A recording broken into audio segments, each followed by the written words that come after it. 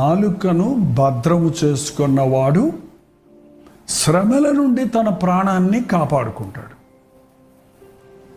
చాలాసార్లు మనకు తెలియకుండానే మన నోటి మాటల వలన మనం చిక్కుల్లో పడుతున్నాం.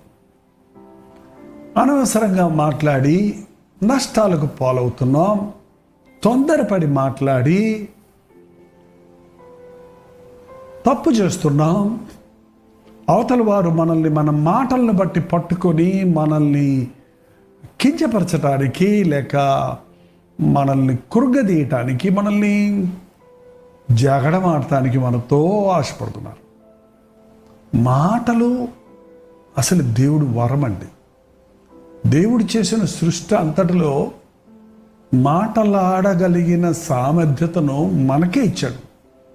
జంతువులు మాట్లాడవు, అవి కేకలు వేస్తాయి, రంకెలు వేస్తాయి, శబ్దాలు చేస్తాయి.